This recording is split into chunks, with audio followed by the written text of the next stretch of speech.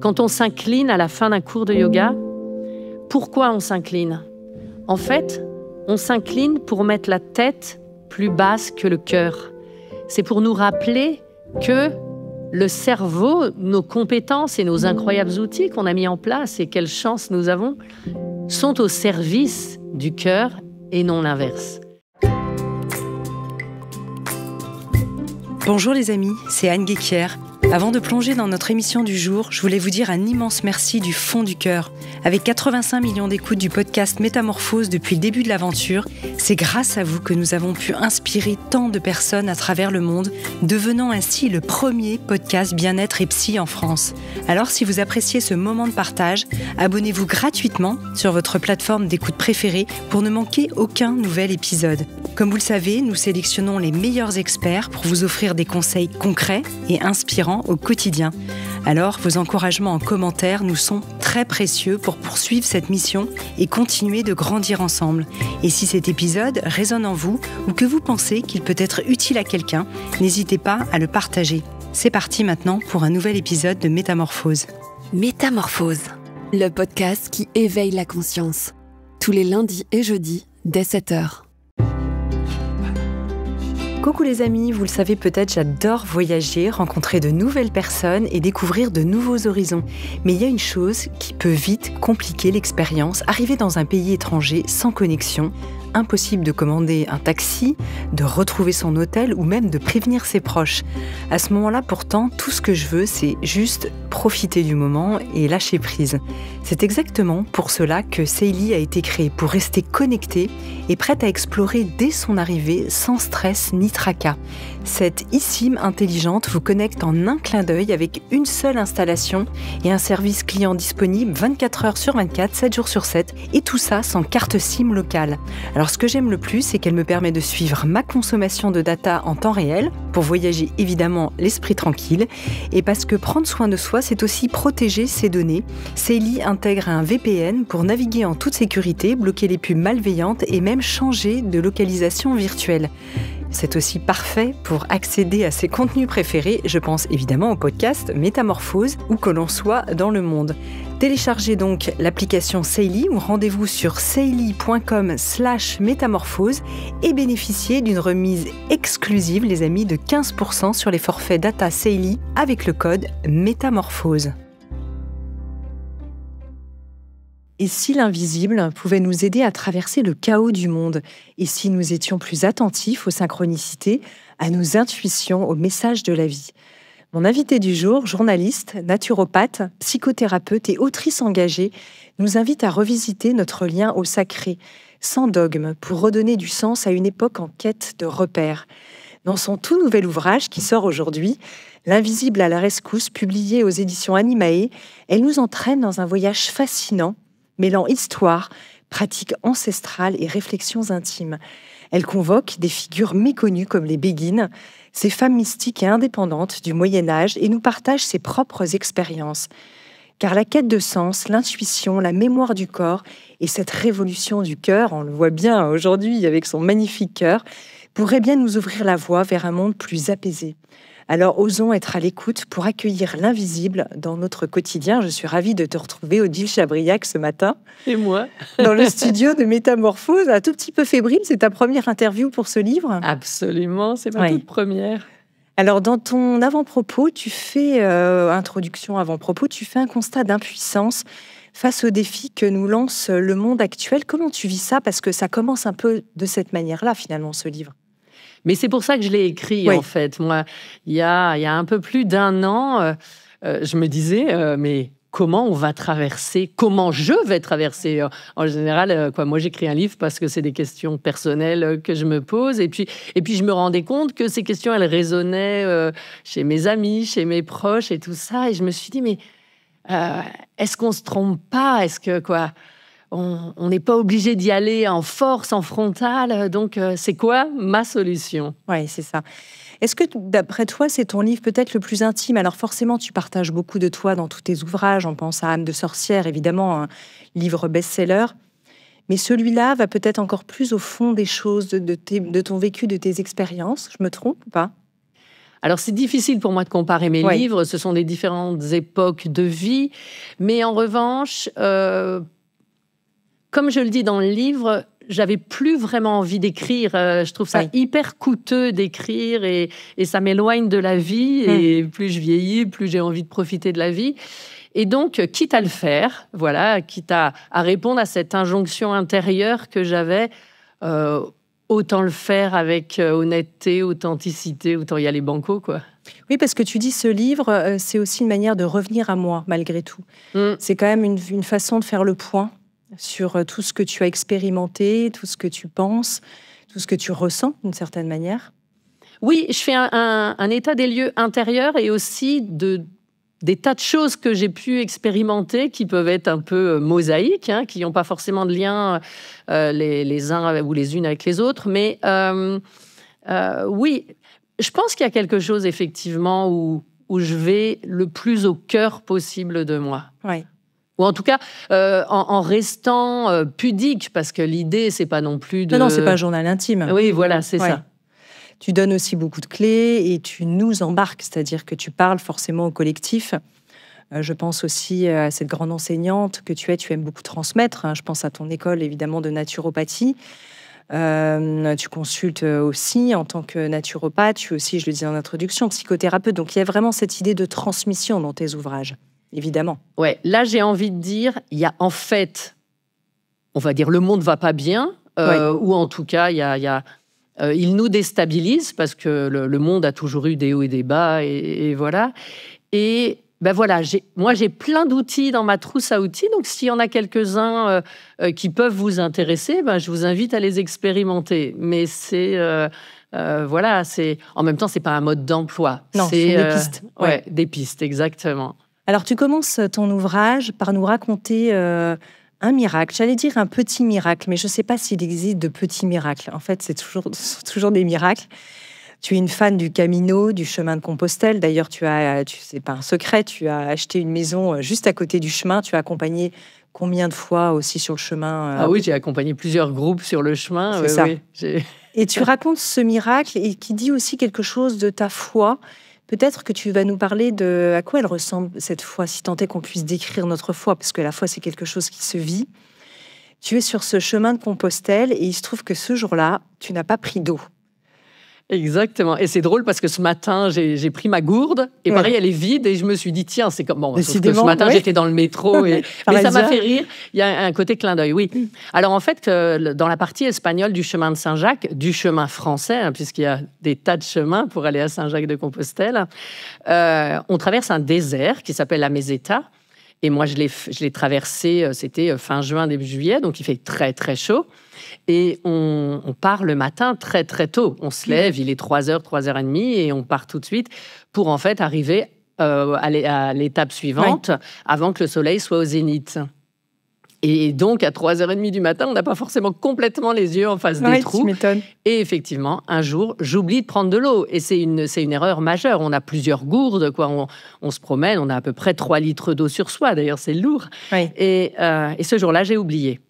Alors, il faut savoir, sur cette partie du chemin, il y a du monde. J'allais pas mourir de soif. J'étais pas en danger. Mais en revanche, j'avais pas envie de dire aux gens, il y a un problème, aidez-moi à porter le problème. Je me suis dit, qui verra, quoi. Ouais. Exactement. Et donc, j'ai marché. Et ce jour-là, et c'est le seul jour, bien sûr, où ça m'est arrivé, c'est pour ça que j'appelle ça un miracle, à l'orée du jour, il y a une voiture qui monte à contresens. On est sur un chemin en plein désert. Que fait cette voiture-là, quoi ? Elle n'a rien à faire. C'est le chemin de Saint-Jacques. Oui. Et là, c'est une voiture qui distribue des publicités pour un gîte sur des bouteilles d'eau. Incroyable. J'adore. C'est le sens même, d'ailleurs, de la foi pour toi, ça ? Ah oui. Avancer et faire confiance. Oui. À la fois être dans un espace suffisant de sécurité. J'étais avec des gens que j'appréciais, etc. Mais il y a un truc où on fait le pas suivant et on verra bien ce que la vie va nous proposer. Tu te sens ouverte à ça d'une manière générale dans ta vie depuis que tu es enfant ou c'est quelque chose qui est venu avec le temps ? Les deux. Cette confiance, parce qu'il y a une idée de confiance en fait. Ah oui, moi je dis j'ai un peu la foi du charbonnier, dans le sens une foi un peu enfantine, mais en même temps je l'ai aussi beaucoup expérimentée. Donc l'expérience vient nourrir aussi cette croyance. Hein. Et donc oui, c'est les deux. C'est à la fois une construction intérieure, un partage, des lectures, des rencontres, et à la fois, je pense, quelque chose qui est vraiment inhérent à moi. Quand on se sent parfois, tu le disais au début de l'interview, dans le tumulte, au milieu du chaos, avec ce monde, comme tu dis, qui ne va pas bien, enfin, c'est un constat qu'on fait, si tant est qu'on puisse dire que le monde va bien. Parce que c'est toujours, effectivement, de notre parti pris. Hein. Il y a toujours des guerres. Exactement. Qui se passent. Mais en tout cas, on sent aujourd'hui, nous, en Occident, qu'il y a quelque chose qui tourne pas rond, qu'on peut se sentir sombré. Est-ce que ça peut être difficile de retrouver cette ouverture, cette foi un peu de l'enfant, justement, qui se dit, tout va bien, je vais rester dans cette confiance? Alors, je ne sais pas si c'est difficile, mais en tout cas, moi, ce que j'expérimente, et même encore en ce moment, c'est que c'est un choix. C'est vraiment un choix presque intellectuel, lucide. Ouais. Je me dis, volontaire. Ouais, volontaire. Ouais, exactement. Il y a vraiment... et puis, des fois, ça marche, le choix, et puis, des fois, ça ne marche pas aussi, et je peux me sentir pessimiste, etc., et dire, waouh, ça va mal se passer. Mais on va dire, 80% du temps, j'arrive à redresser la barre et me dire, je choisis de faire confiance. Et c'est ça, c'est vraiment ce choix. Et tu te le dis avec une forme peut-être de mantra ou de prière, ou tu as quelque chose qui t'aide? Cette phrase-là, par exemple, j'ai choisi de faire confiance, c'est une phrase que je peux me dire. Mais il y a un chant que j'adore, qui est un chant de Thésée, et qui dit « Nada te turbe », ça veut dire ne te trouble pas, mets ta foi ailleurs. Et c'est vrai que quand je suis... moi, je suis quelqu'un de très émotive. Donc, je peux vraiment me laisser emporter par mon tourbillon intérieur et parfois disproportionné avec la réalité. Et je vais mettre cette chanson. Et voilà, cette chanson, c'est donc la première fois que j'ai décidé de faire le chemin de Saint-Jacques, mais je l'écoutais en boucle et en boucle, quoi. Il y avait quelque chose... Presque tu nous chanterais, là, c'est ça? Oui, presque. Mais bon, vraiment, je vais vous épargner ça. Mais... Nada te turbe, hein, c'est ça? Rien ne te trouble, que rien ne t'arrête. Mais juste ta confiance en Dieu. Alors, moi, Dieu, c'est vraiment au sens large, mais c'est... Alors, justement, puisque tu parles de Dieu, tu me tends la perche. La spiritualité, toi, tu appelles l'invisible, qui est un mot très vaste. Qu'est-ce que tu mets dans ce terme d'invisible? Et puis, il y a la religion. Tu dis que tu avais de la colère aussi face à une certaine forme de religion. Voilà, comment est-ce que tu nous démêles un petit peu tout ça? Alors, c'est très vaste comme question, et puis on va en parler tout au long de l'interview. C'est très philosophique. Mais qu'entends-tu, toi aussi, par l'invisible? Alors, moi, l'invisible, c'est tout ce qui n'est pas conscient. Donc, ça peut relever de l'inconscient, donc voire d'une forme de domaine psychologique. D'ailleurs, voilà. Je ne sais pas où est la frontière entre l'inconscient et la foi. Donc, il y a vraiment tout cet espace qui est au-delà de ce que je sais et de ce que je maîtrise. Donc, et j'aime bien justement que la frontière soit pas définie. Dieu, il est en moi, il est peut-être en moi, il est peut-être à l'extérieur de moi, et j'ai pas envie de me perdre dans ces théories-là. Donc ça, pour moi, c'est vraiment important. Et donc, la spiritualité, c'est justement ce qu'on évoquait avant, c'est un chemin de foi intérieure et personnelle. Et donc voilà, que la religion peut venir nourrir chez certaines personnes, mais qui est distinct de la religion. Le chemin, en ça, t'a nourri quelque chose de nouveau, justement, par rapport à Dieu, que toi, tu nommes Dieu, d'ailleurs, quand tu en parles. Pour toi. Oui, j'ai pas de problème, parce que je dis Dieu, parce que je sais que tout le monde sera capable de comprendre de quoi je parle, mais moi, je le définis pas, en revanche. Ça m'amuse beaucoup quand des gens sont extrêmement stricts sur la religion, sur la définition de Dieu. Ça, moi, je sais pas faire. Mais alors, est-ce que le chemin m'a nourri? Oui. Je crois que oui. Moi, j'ai un ami, par exemple, qui n'était plus croyant, vraiment, comme ça, juste en passant. Et en faisant le chemin, il a redécouvert vraiment, justement, une pratique aussi même religieuse à travers le chemin. Tu vois, je me demandais s'il y avait eu un écho en toi à ce niveau-là.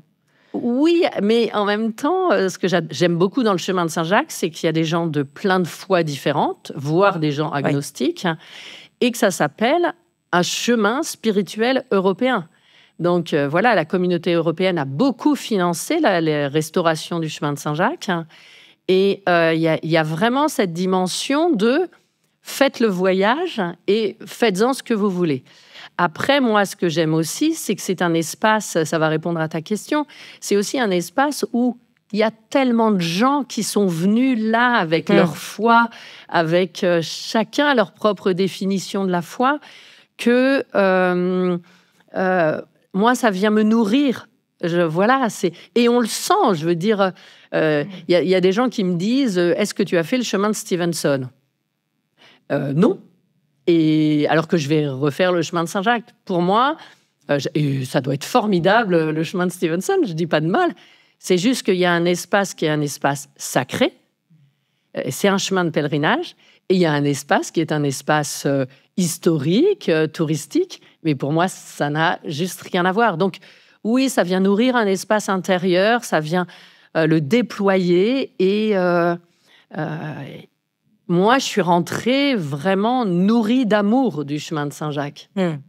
Ça a bouleversé ta vie d'une certaine manière. Mais oui, et puis c'est d'autant plus drôle que vraiment, dans ma haute suffisance, j'étais sûre que ça allait être, je ne vais pas dire anodin, mais que c'était une expérience. Oui, comme une autre, on va dire. Voilà, c'est ça. Ouais.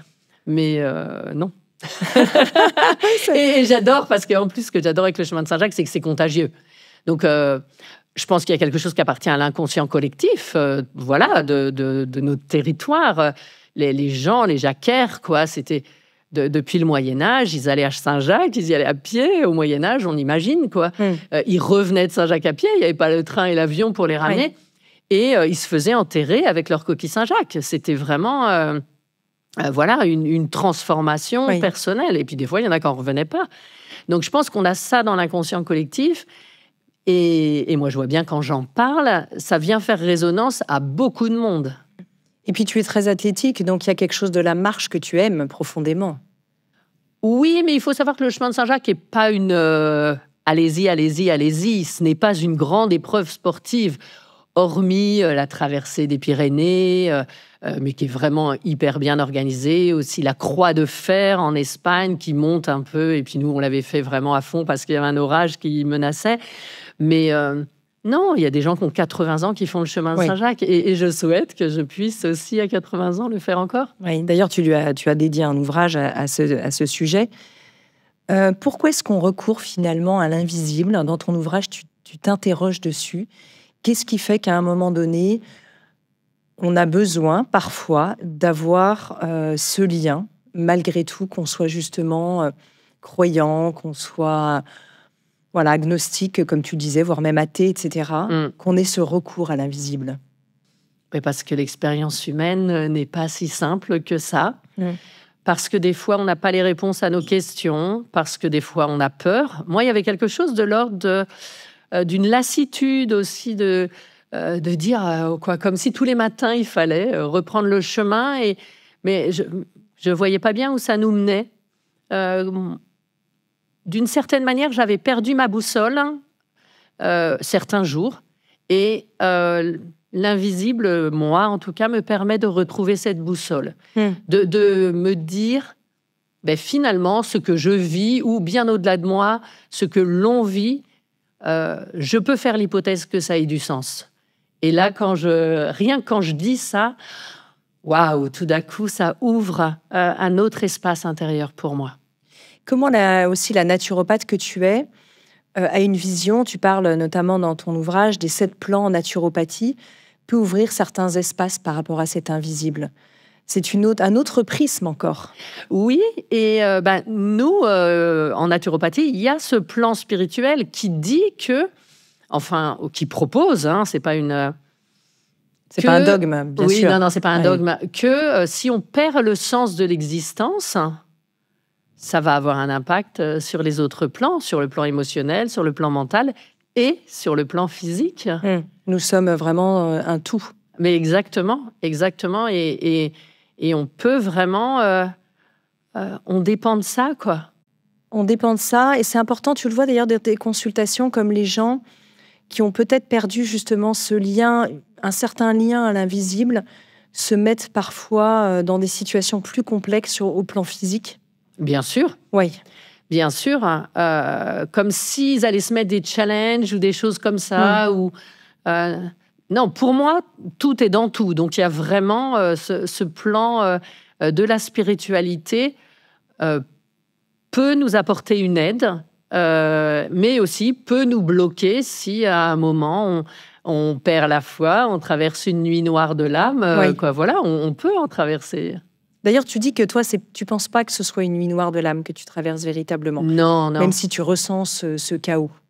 Oui, déjà là, aujourd'hui, l'écriture du livre a une fonction aussi thérapeutique, pour moi, au-delà des autres. Mais non, moi, j'étais pas ni déprimée, ni... C'était juste, c'est vraiment ce qu'on disait au début. Waouh, comment on va faire tous ensemble pour traverser ça. Et puis après, je me dis, il y en a d'autres qui ont traversé d'autres choses et on va en tout cas essayer d'y mettre du cœur. Alors, celles qui te parlent évidemment beaucoup, cette fois-ci, ce ne sont pas vraiment des sorcières, bien qu'on pourrait peut-être les mettre dans cette catégorie, tu vas nous dire. Ce sont les béguines. Comment est-ce qu'elles t'appellent, ces femmes-là? Évidemment, on va en parler, tu vas nous expliquer un peu d'où elles viennent, qui étaient-elles. Elles étaient très nombreuses au Moyen-Âge. J'ai découvert des chiffres, alors je ne sais pas si c'est très fiable, non pas tes chiffres à toi, mais au niveau historique. Mais en tout cas, c'est vraiment intéressant de se dire, ces femmes-là, comment est-ce qu'elles peuvent nous enseigner finalement aujourd'hui, enseigner nous contemporaines que nous sommes? Alors pourquoi elles t'ont appelé, toi, peut-être déjà pour commencer? Moi, je connaissais pas les béguines. Oui. J'ai pu voir quelques tableaux, etc., mais c'était pas aspirationnel. Oui. Et puis, il y a un livre qui est important, dont je parle, qui s'appelle La nuit des béguines. Oui. Et j'ai lu ce livre après avoir écrit Âme de sorcière, et c'est comme ça que j'ai découvert qu'en fait, la première femme qui avait été brûlée en place publique en France était une béguine. Et moi, je suis quand même très sensible à la cause des femmes, et je me suis dit, il y a quelque chose d'intéressant là-dessous.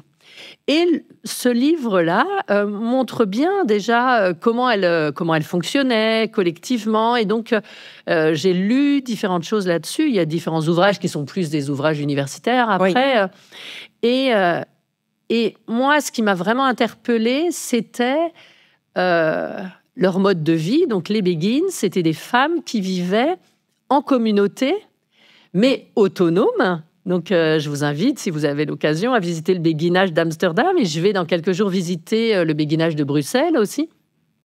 Donc, chacun avait sa petite maison, mais au sein d'un collectif. Alors, un collectif spirituel, mais c'est aussi un collectif où les gens faisaient du jardinage, pouvaient travailler. En fait, l'immense intérêt des béguines, et on retombe vraiment sur cette histoire assez méconnue du Moyen-Âge, c'était que c'était des femmes libres, libre de sortir du béguinage. Le béguinage n'est pas un couvent. Elle n'était pas religieuse. Voilà, elle n'était pas religieuse. Ou c'était des femmes qui avaient la foi, mais en tout cas, qui pouvaient exprimer leur foi comme elles le voulaient. Et cette foi ne les contraignait pas à un mode de vie. Elles pouvaient se marier, elles pouvaient avoir des enfants, et elles pouvaient sortir du béguinage. En France, elles étaient sous la responsabilité du roi de France, qui finançait le béguinage.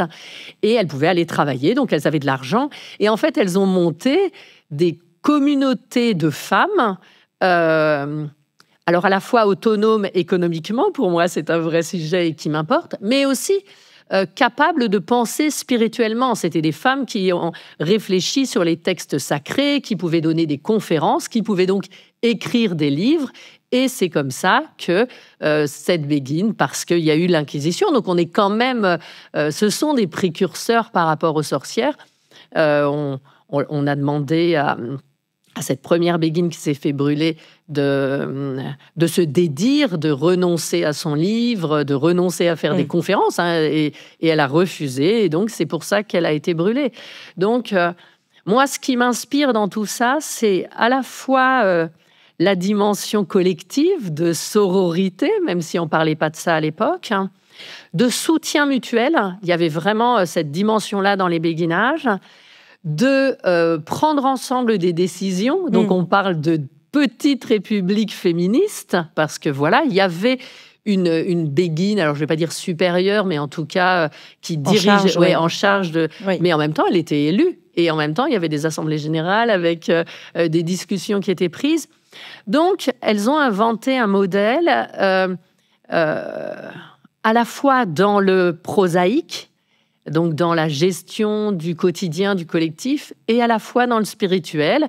Dans les béguinages, il y a des édifices religieux, alors qui étaient cachés à des époques en fonction de la guerre catholique-protestant, mais voilà, il y avait des espaces de foi aussi.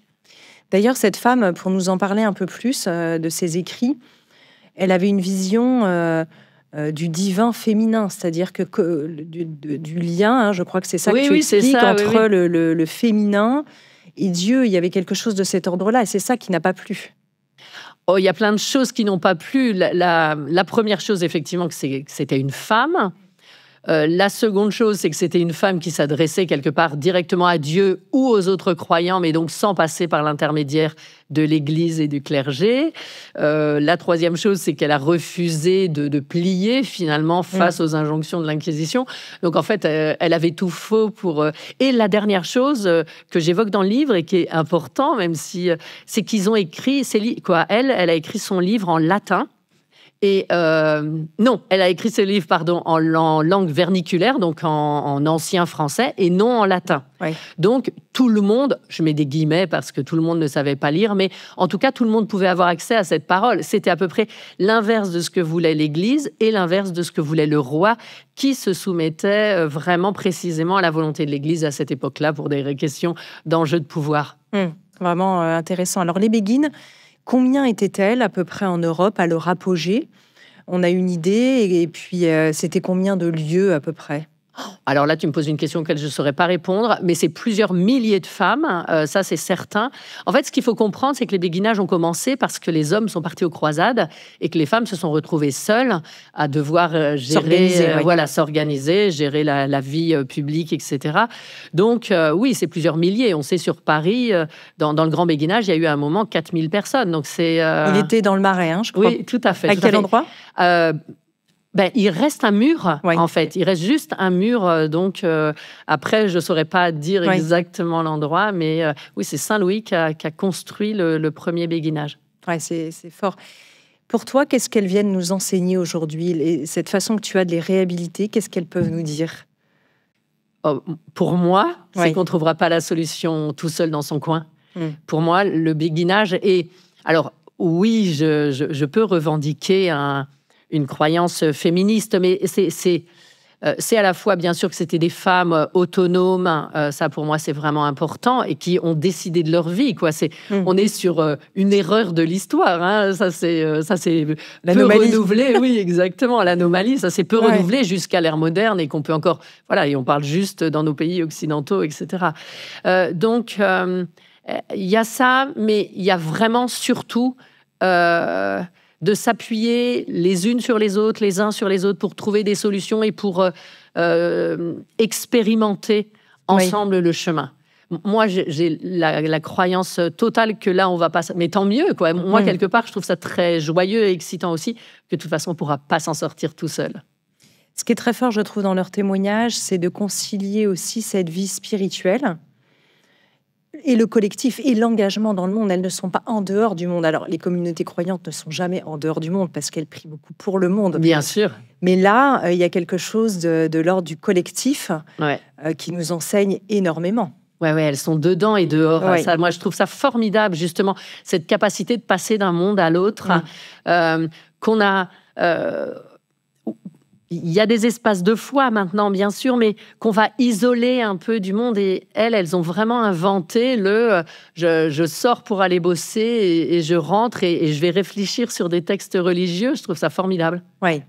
J'avais reçu d'ailleurs Marie de Henzel dans cette émission qui parlait de ces nouvelles formes de béguinage pour les personnes, pour nos aînés. Alors ça commence, je crois que c'est même à 60-65 ans, jusqu'à des gens qui ont plus de 90 ans, où il y a ces collectifs que les gens choisissent. Ces gens choisissent de vivre ensemble et non pas je vais dans un EHPAD où finalement les personnes autour de moi vont m'être imposées. Là, ce ne sont pas forcément des amis qui vivent ensemble, mais ils choisissent de vivre ensemble malgré tout. C'est-à-dire qu'ils se connaissent avant de rentrer dans ces nouveaux béguinages.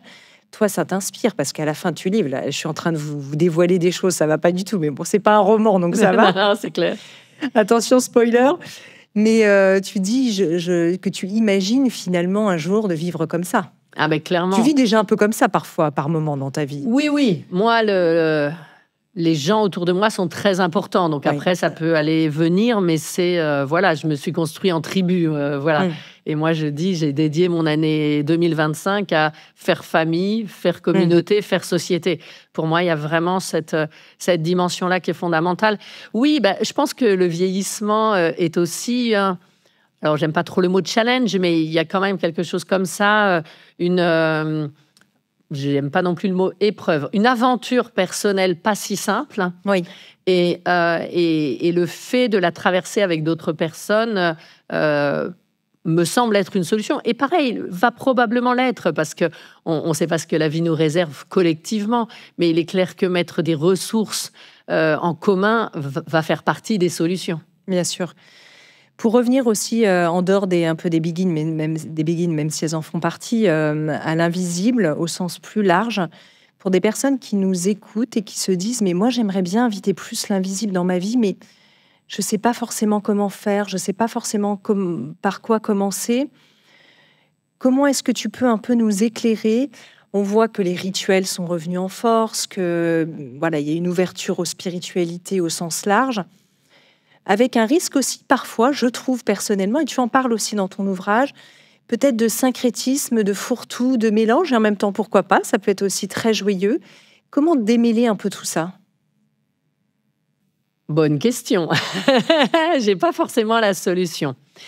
Je crois que ce qui s'invite dans nos vies est souvent juste pour nous à un moment donné. Ce que je veux dire, c'est que des livres, des rencontres, des choses comme ça peuvent être des propositions d'expérience. Après, j'appelle effectivement à une grande vigilance parce que l'invisible, pour moi, ne consiste pas à chercher à échapper au réel, à sortir de la vie parce que ce serait mieux dans un espace ailleurs. Oui. Tu le vois, ça, d'ailleurs, chez certaines personnes. Ah oui, vraiment. Le bypass spirituel, entre guillemets. Ah oui, beaucoup, quoi. C'est... des fois, c'est tellement plus simple de ne pas se confronter à la violence et à la dureté du réel. Donc, on peut être dans des situations de déni ou des pseudo-pensées positives. Moi, j'ai rien contre la méthode Coué. Je pense qu'elle peut même être efficace. Mais voilà, il y en a qui vont tout mettre derrière la loi d'attraction, d'autres qui vont... Non, quoi. C'est... il y a plein de dimensions dans un espace psychologique et c'est pas juste la loi d'attraction qui va faire que je vais être plus riche ou moins riche demain. Voilà, c'est toujours cette idée de différents plans de l'être et différents plans qu'on peut activer. Mais donc oui, moi je propose dans le livre de nombreuses pistes pour accéder à son invisible. Donc voilà. Tout en disant, attention, faites pas toutes les pistes. Moi, ça m'a pris plusieurs dizaines d'années de les expérimenter. Et c'était des rencontres, quoi. Voilà, pas faire du forcing. D'ailleurs, moi, j'ai la croyance que ça marcherait pas. Et donc, et c'est pas non plus des drogues, dans le sens où il s'agit pas de s'envoyer en l'air pour oublier. Il s'agit, au contraire, ce sont des espaces de cheminement thérapeutique, spirituel, intérieur, et très souvent confrontant d'ailleurs. Je ne sais pas si on parle de plantes psychoactives, j'en parle dans le livre et voilà, c'est pas des, enfin en tout cas de mon expérience, c'était pas des voyages de santé, quoi.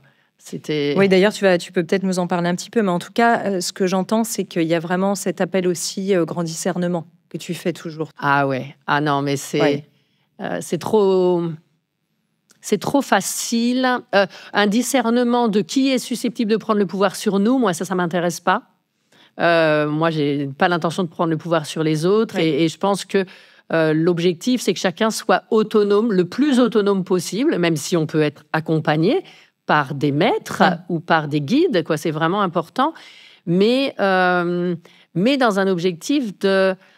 pas donner sa liberté à l'autre. Cet accompagnement, c'était plus un accompagnement en termes de sécurité qu'un accompagnement en termes de « je donne mon pouvoir ». C'est plus un cadre, en fait. Ah ben, c'est un cadre et c'est fondamental. Là, on parle de choses où... et même dans la foi, qu'est-ce qu'on n'a pas fait au nom de certaines religions, de choses comme ça, et qu'est-ce qu'on ne fait pas encore aujourd'hui, quoi, en disant « c'est comme ça et pas autrement ». Et non, moi, ce qui m'intéresse, c'est le questionnement, c'est voilà, c'est le point d'interrogation à la fin de la phrase qui m'intéresse. J'ai une enseignante de psychologie dont je parle dans le livre, qui, quand elle énonce une phrase, elle dit toujours « à moins que non ». Et je trouve ça merveilleux, quoi. C'est juste se donner l'espace de la respiration. Ouais, c'est vraiment chouette d'avoir cette vigilance-là, malgré tout aussi. Et puis de remettre tout le temps... c'est ce fameux « je sais que je ne sais rien », c'est-à-dire que mais oui, il y a une forme d'humilité. Ah ben, plus on expérimente... On mais exactement. Plus on expérimente ce genre de monde, cet espace, plus on se dit qu'on est tout petit et qu'à la fois c'est merveilleux parce qu'il nous reste plein de choses à découvrir et à la fois grande humilité parce que ça peut aussi être des espaces d'une grande puissance et qui peuvent être, je ne sais pas si c'est destructeur, mais en tout cas abîmer aussi les gens. Donc voilà, est-ce que c'est le moment pour moi? Est-ce que c'est juste pour moi ou pas? Et voilà, on n'est pas censé faire toutes ces expériences au cours d'une vie humaine. Alors, tu parles de toutes ces voies de métamorphose, justement, que tu as expérimentées et qui passent beaucoup par la voie du corps. C'est très important pour toi, déjà pour une histoire d'ancrage. Exactement. Et puis ensuite, parce que nos cellules, il y a de la psyché, il y a de la conscience, il y a de l'invisible, en fait, dans tout ce qui nous habite corporellement. C'est ça qui est extraordinaire. Alors, moi, j'adore ça. Et parce que je pense que... Alors, je ne dis pas que le corps ne peut pas se tromper, mais je pense qu'il peut moins nous duper. En tout cas, moi, j'ai un mental puissant. Je suis capable de me raconter plein d'histoires, d'interpréter plein de choses avec ma tête. En revanche, je vois bien que le corps, ça passe ou ça passe pas, quelque part. Et où ça se libère, ça me soulage, ça m'enthousiasme ou pas. Mais je peux beaucoup moins le fabriquer. Et c'est vrai que là, j'ai privilégié les voies du corps parce que je pense que ça amène justement cette forme de sécurité qu'on évoquait tout à l'heure. Oui. Et qui est importante. Oui, il y a cette histoire d'ancrage. Pour moi, c'est vraiment fondamental. Oui. Et tu l'as trouvé, d'ailleurs, parfois, cet ancrage, je trouve que c'est ça qui est vraiment très intéressant dans ce que tu proposes, à travers des voix qui sembleraient justement, entre guillemets, assez perchées comme ça, où on dit, justement, ça, c'est typiquement le genre d'endroit ou de voix où il n'y a pas d'ancrage. Et toi, tu dis, non, soit, en fait, on les comprend mal, soit parfois elles ont été un peu dévoyées ou finalement les gens n'ont pas expérimenté, ils en parlent d'un point de vue méta mais qui n'est pas dans le vécu. Et je trouve que c'est chouette aussi de pouvoir les réhabiliter. On peut peut-être en prendre quelques-unes en exemple. Ouais. Je ne sais pas laquelle tu as envie de... Tu penses un peu à la respiration holotropique, par exemple? Je pense à la respiration holotropique, je pense au yoga, Kundalini Yoga, par exemple, qui peut avoir aussi cette image-là, très désincarnée. Évidemment, les substances psychoactives aussi. Alors là, tu as une expérience, toi, un petit peu particulière, mais peut-être revenons sur la respiration, effectivement. Donc, la respiration holotropique, c'est une pratique, on va dire, issue du yoga à la base, mais qui permet, par une activation, une hyperventilation, d'amener dans ce qu'on va appeler un espace élargi de conscience.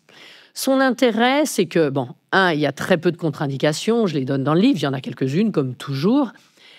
Mais un de ses intérêts fondamentaux pour moi, c'est qu'on n'oublie jamais qui on est. On oublie, on n'est même pas... c'est un état élargi de conscience, donc on se rappelle que je m'appelle Odile, et en même temps, on peut vivre des expériences totalement étranges. De transe. Qui peuvent évoquer la transe, en particulier. En tout cas, d'état de conscience modifié. Exactement, exactement. Il y a vraiment... On accède à une autre dimension de sa propre conscience. Alors, l'hypothèse qu'on fait, c'est parce que le cortex étant moins irrigué par le sang, ça nous donne accès à d'autres éléments qu'on aurait dans notre cerveau. Et ça va... Moi, ce que j'aime dans cette pratique, c'est qu'en fait, ça va réparer. Alors, des fois, on peut ne pas se souvenir de ce qu'on a vécu. Des fois, on peut se souvenir de ce qu'on a vécu, mais que ça n'a rien à voir avec notre narratif, des choses qu'on connaît dans notre histoire, voilà. Des fois, on a l'impression qu'on n'a rien vécu du tout, qu'il s'est passé un truc léger, bof. N'empêche que, parfois, à l'arrivée, c'est réellement transformateur pour la personne, libérateur. Alors, déjà, émotionnellement libérateur. La respiration holotropique, c'est un des outils de dégazage, moi j'appelle ça, mais hyper efficace, hyper puissant. Donc, je ne sais pas, quand on a un deuil, quand on a des choses qui, finalement, viennent s'inscrire dans nos cellules et Alors, je ne dis pas que c'est du tout noir au tout blanc, hein, ça, c'est pas ça. Et puis, comme tu disais avant, il faut se sentir prêt à faire ce travail. Exactement. Oui. C'est une expérience de lâcher prise assez vertigineuse, parce qu'en fait, on ne sait pas où notre invisible, inconscient, subconscient, va nous amener. Mais en revanche, moi, de mon expérience, et pour avoir fait de nombreux voyages, puisqu'on parle de voyage holotropique, et pour avoir accompagné de nombreuses personnes, ça fait partie des choses qui m'ont au début le plus allégé de ma lourdeur humaine. Ouais. C'est vraiment...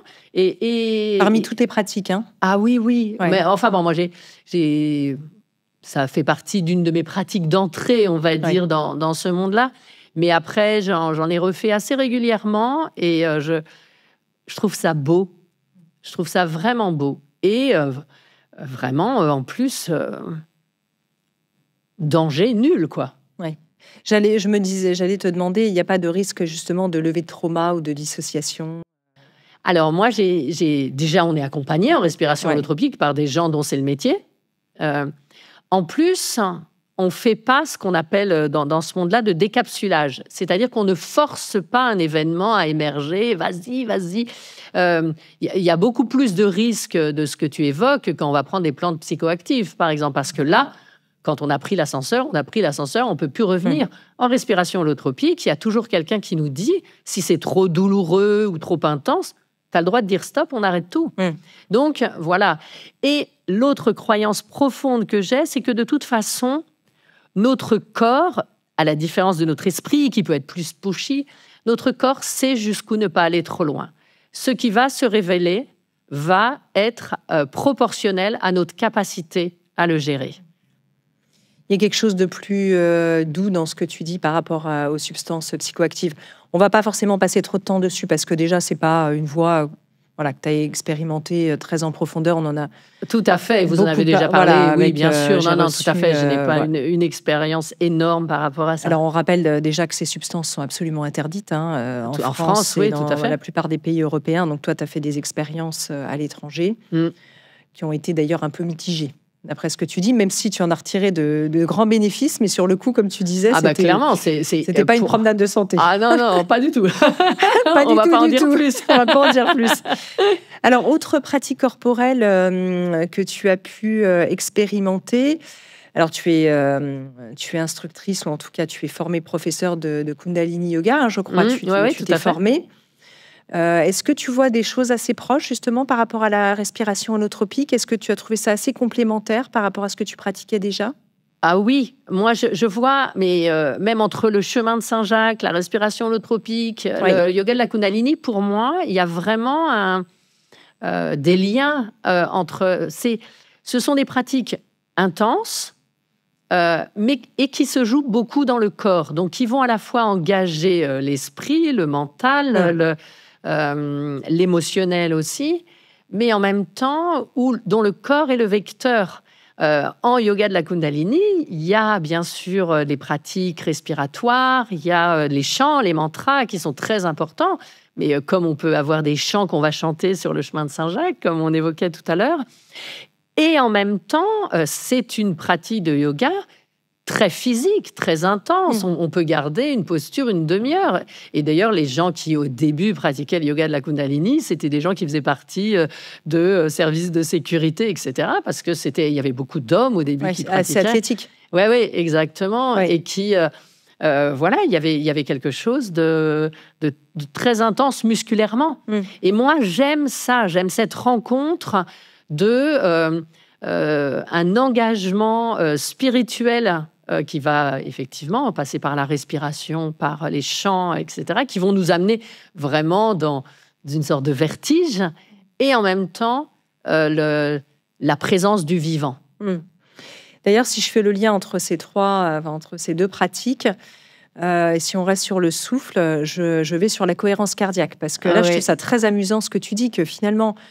Tu connaissais les bienfaits, tu l'as recommandé énormément, mais que toi, dans ton quotidien, ma foi, voilà, un petit peu, mais sans plus. Et puis un jour, elle s'est rappelée à toi, cette pratique de cohérence cardiaque, et tu t'es mise à la pratiquer de manière plus assidue. Alors, comment tu l'as... Puisque tu avais déjà la respiration holotropique, puisque tu étais prof de Kundalini Yoga, où on active quand même beaucoup le souffle, c'était complémentaire ou tu ressentais pas forcément le besoin de la faire, ou tu la pratiquais déjà d'une certaine manière? Ah non, je la pratiquais pas, je trichais. Mais elle est venue, en fait, alors, en naturopathie, c'est quelque chose qu'on va régulièrement recommander comme une forme d'équilibre, pour amener un équilibre émotionnel et quelque chose qui structure. On est vigilant puisque c'est quand même une pratique qui doit être faite plusieurs fois dans la journée. Donc, il faut que la personne soit assez structurée justement pour s'engager à ça. Sinon, on sait qu'il n'y a pas d'effet, quoi, ou en tout cas pas suffisamment pour... Mais en fait, je suis arrivée à un moment où j'étais vraiment fatiguée et où justement, je faisais moins de Kundalini, ou je faisais moins parce que mon corps me disait non, c'est pas ça dont j'ai besoin en ce moment. J'avais envie d'une chose simple, bienveillante avec moi-même, et où je faisais vraiment confiance. La cohérence cardiaque, pour le coup, c'est quelque chose qui a été très étudié d'un point de vue scientifique à plein de niveaux.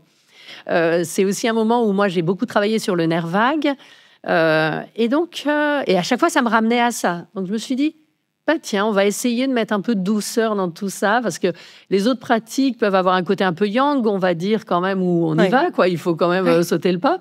Et en fait, mais j'ai adoré, et c'était juste, et j'ai senti cet alignement tête, cœur, corps qui s'est mis en place au quotidien, qui m'a remise dans ma puissance, et qui a... c'était une nouvelle vibration qui s'invitait, justement.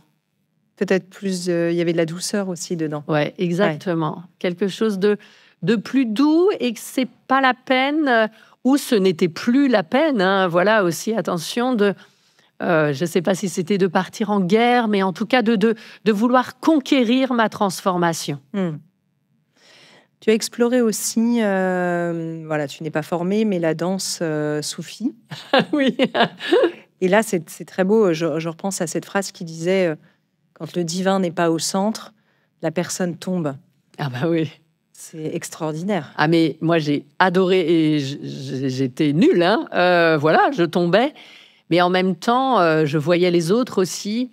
Et là, pour le coup, on est encore dans un chemin de foi, d'être capable de redanser la vie jusqu'à ce qu'on soit en équilibre. Non, c'est une pratique, ça, que je vais poursuivre. Oui, je trouve ça... c'est ce que tu dis, hein, que tu aimerais aller plus loin. Oui.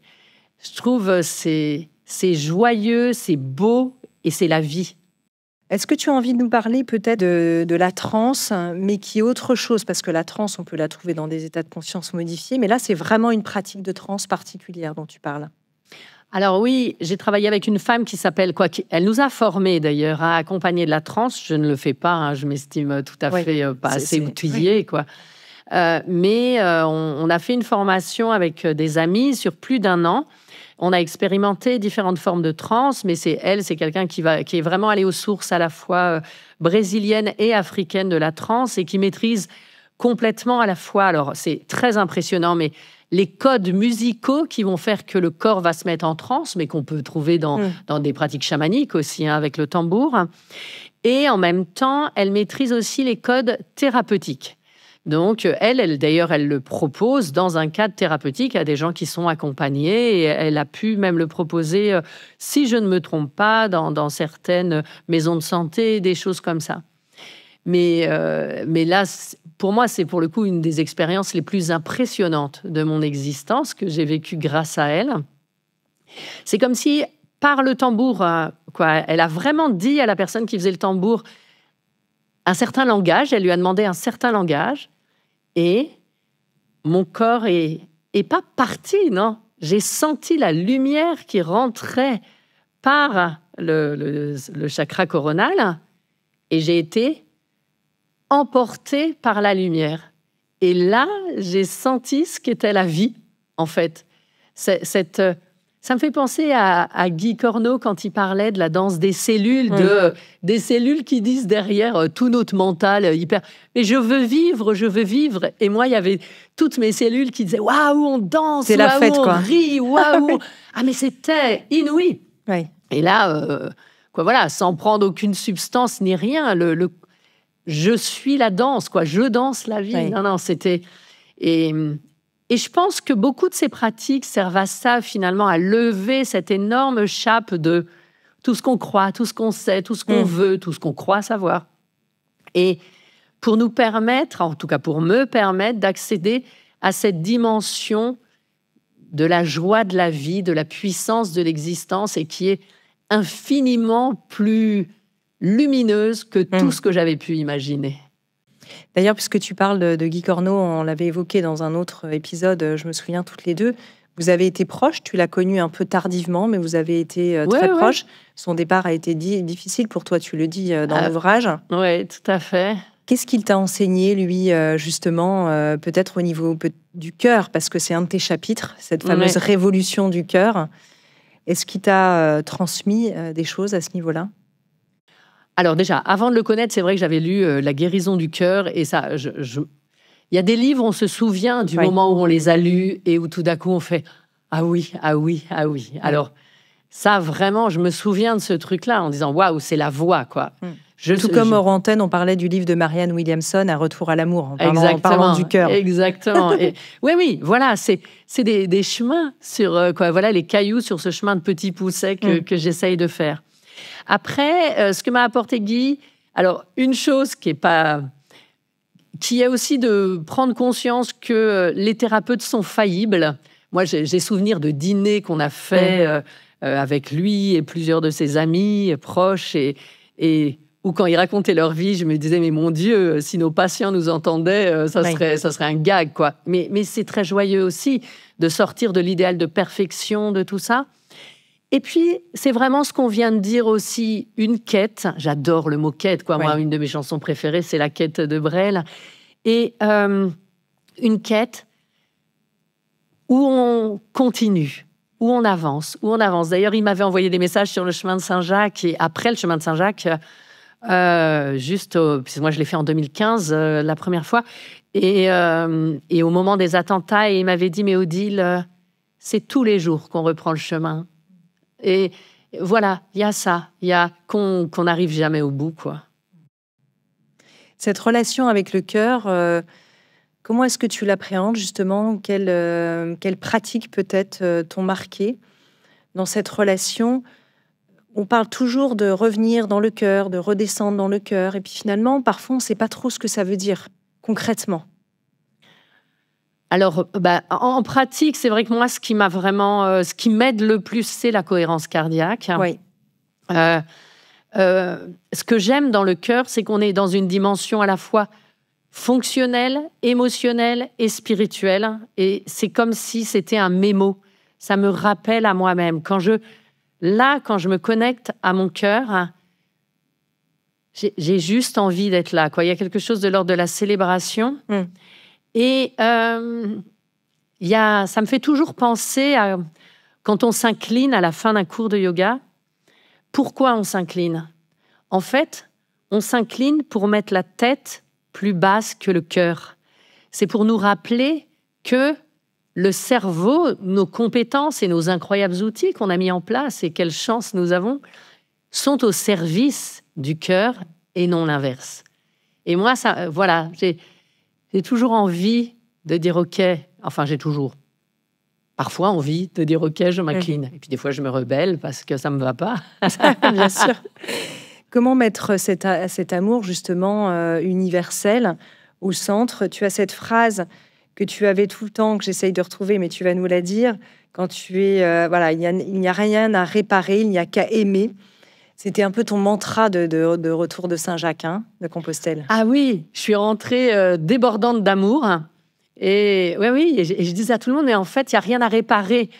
Et ce à quoi un ami m'a dit, oui, c'est facile de dire, ça t'est facile de dire ça. Ça fait quand même juste 20 ans ou 30 ans que tu travailles sur toi. Donc, mais oui, le cœur nous enseigne ça quand même, quoi. Arrêtons arrêtons peut-être de vouloir tout comprendre, arrêtons de vouloir, je ne sais pas, tout savoir, mais en tout cas tout comprendre. Le côté décortiquage psychologique, ça peut être passionnant, mais ça peut des fois ne pas du tout faire avancer le schmilblick. Oui. Donc voilà, dans la dimension du cœur, il y a quand même une boum, je suis là, dans l'amour, et donc dans le privilège de vivre.